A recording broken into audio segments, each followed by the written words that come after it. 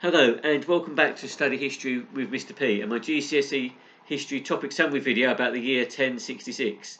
So this is the year when there's 4 different kings of England and at least 3 major battles in England. So the year begins on the 5th of January 1066 with the death of King Edward the Confessor. Now, one day later, Harold Godwinson was then coronated, crowned as King of England. So everything about the way Harold became king shows him seizing his opportunity. So Edward's death had happened just after Christmas and the New Year and just after the consecration of his huge new cathedral at Westminster. Therefore, most of the Witan, the King's Council of Advisors, were gathered in and around Westminster and were able to meet the same day as Edward's death to discuss the future king and to decide upon Harold. So anyway, Harold's coronation and Edward's burial took place on the same day, the 6th of January. Perhaps because of the suspicion that William, one of the contenders to the throne, would act upon his claim, along possibly with others, and the need to make preparations for England's defence. There was certainly a worry at this stage that England needed a strong warrior king. However, Harold faced a number of challenges, both from within England and from outside. These included challenges from other powerful earls, especially Wessex's old rival Mercia, the challenge of getting the acceptance of the North, so would Northumbria accept Tostig's brother as king so soon after Tostig himself had been removed as the Earl of Northumbria, the possible challenge of Tostig, who'd been travelling around Europe looking for allies against Harold, just as their father had done against King Edward some years previous. There was also the threat of William of Normandy and reports that he was already building an invasion fleet. So Harold responded to all of this by going to York first of all to meet the members of the Witan who had not been at his coronation and to get their support. This was a great strategic move. Next, he gathered the largest army and fleet that England had ever seen and set them up along the south coast of England to anticipate an invasion and to defend against it.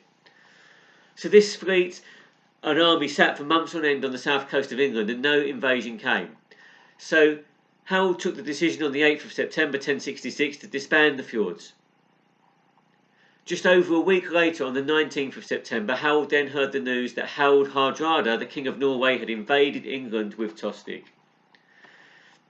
They were advancing towards York and perhaps attempting to take the city there. And Tostig was joined, as I said, by Harold Hardrada was joined by Tostig. So the Earls Edwin and Morcar from the north left the safety of the city of York to face Hardrada and Tostig in battle, and it was a crushing defeat for Edwin and Morcar. The Norwegians themselves boasted that there were so many dead Englishmen lying in the marsh ground that the Norwegians could walk over, the Vikings could walk over their bodies without getting mud on their boots.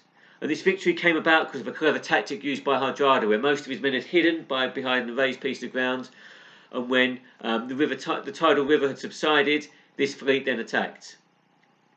So in essence, the English forces were outnumbered and Hardrada had used great tactics. However, upon hearing of this battle which had taken place on the 20th of September 1066, Harold had been marching north, and on the 25th of September faced Harold Hardrada and his own brother Tostig at the Battle of Stamford Bridge. The aim of the battle was to retake York and defeat Hardrada and Tostig, and this battle resulted in a crushing defeat for the Vikings. Tostig and Hardrada were killed. So many Vikings were killed that only 24 out of about 300 ships that had brought the Vikings across from Norway were needed to take them home. This victory came about because of the surprise attack launched by Harold and his military skill. The Vikings themselves didn't have their armour with them. They'd left them behind whilst they were resting after the first battle, and also being tired after the first battle was perhaps another reason for their defeat. However, our story of 1066 doesn't end there, because just after gaining victory over Harold Hardrada, Harold Godwinson, King of England, gets the news that William, Duke of Normandy, has landed off of the south coast of England. So the invasion that he'd been fearing all year had come, just when he'd won a major battle and was stationed in the north of England. So Harold has to march forth with his troops. He stops off very briefly in London to try and get a few reinforcements, having had to leave many of his best men behind, and faces William in battle on the 14th of October 1066.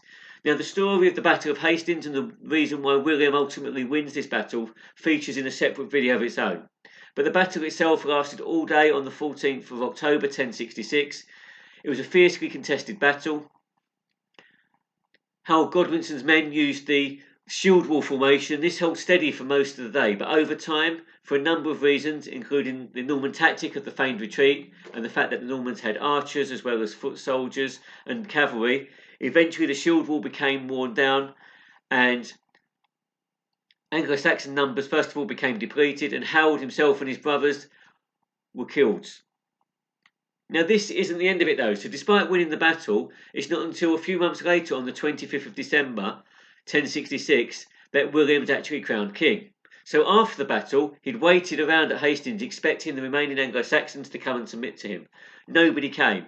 Instead, they'd fled back to London, and the Witan had met and opted to elect Edgar the Etheling as king.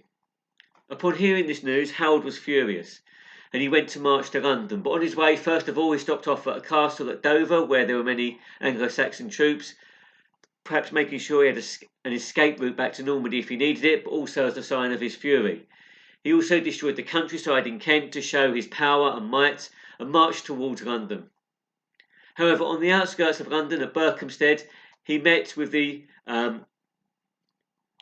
archbishops, as well as Edwin and Morcar and the newly elected Edgar the Etheling. He was expecting a fight, another battle, and instead they chose to submit to him. So with nobody left to now fight against William in England, he was finally crowned king by the Witan on the 25th of December 1066.